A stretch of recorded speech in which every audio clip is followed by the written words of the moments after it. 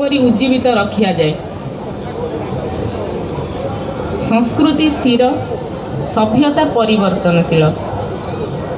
आमर पाश्चात्य सभ्यतार आजिका आजिर पीढ़ीर जो माने युवक युवती रहिले से माने प्राय निजको से माने सही पाश्चात्य सभ्यता को से माने बेसी अनुसरण करुछंती।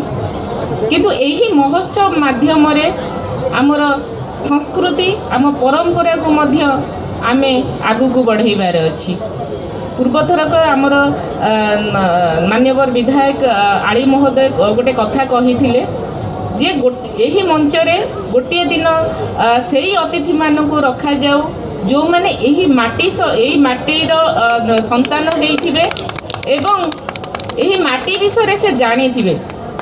तांको बसैबा द्वारा कौन हम ना से माने डेराबिस विषय रे डेराबिस काहींकि हेइथिला तार ना एवं डेराबिसर संस्कृति परंपराटा को से माने ही आमको परिप्रकाश करेबे, जहाँ फल आमे मध्य सेमानक ठारू किछि शिक्षा लाभ करिबा।